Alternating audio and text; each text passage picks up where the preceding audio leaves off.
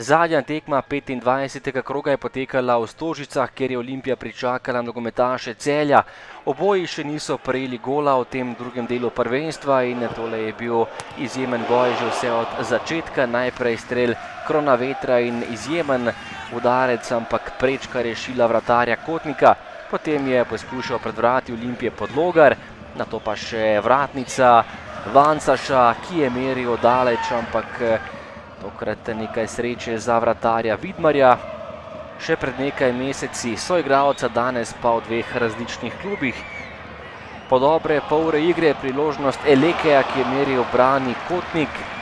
In še zadnja kombinacija prvega polčasa, Sani po napaki Olimpije do žoge, ampak mimo gola je meril Nigerijec v moštvu Celja. Drugi polčas in velika priložnost Zajca, ki se je osmešil in zgrešil nemogoče, prazna vrata je imel pred sabo, Zajec pa je zapravil res neverjetno priložnost. Še napad za Olimpijo, oddaleč je meril Zajec in zgrešil, Radović pa je zapravil priložnost po strelu z glavo. Tudi Celje je imelo svojo priložnost, na polovici drugega polčasa je prišel do žoge Marko Pajač in stresel okvir gola. Odličen strel Pajača, že nekajkrat je pokazal, da ima topovsko levico, tokrat je bil Vidmar lahko srečen, da je bil nekoliko premalo natančen. Kronaveter je poskušal za Olimpijo, a tokrat brani Kotnik, ki je imel dober dan.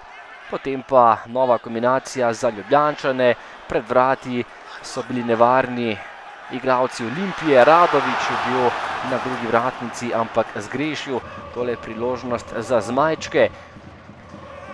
Še naprej pritisk Olimpije za zmago, pod oblake je meril Zajc, v še eni izjemno lepi poziciji je bil. Tole je bila najprej vratnica, stresel jo je Zajc, potem še Vobaj, a žoga nikakor ni hotela mrežo. Olimpija je sprožila kar 4 strele in Celjani so žogo uspeli izbiti.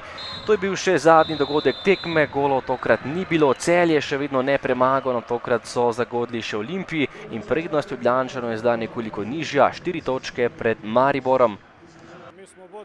Imamo točko več kot pred začetkom tekme, ampak danes toliko priložnosti, kot smo imeli mi, to je zares nekaj neverjetnega, to res redko vidimo. Vratnica prečka, prazen gol smo zgrešili z nekaj metrov, nismo smrtonosni v napadu, kot smo bili Šporarjem in Kentijem, in to moramo reči. Imamo probleme z registracijo Lazovića, Eleke ni v formi, treba je povedati resnico. Igrali smo res dobro, danes odlično, res nimam nobene pripombe na njihovo igro, ampak realizacija je bila slaba.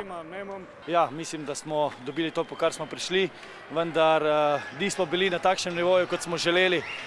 Imeli smo tudi nekaj sreče, vendar fanti so zopet še enkrat več pustili srce na igrišču in to je res zelo velika točka za nas.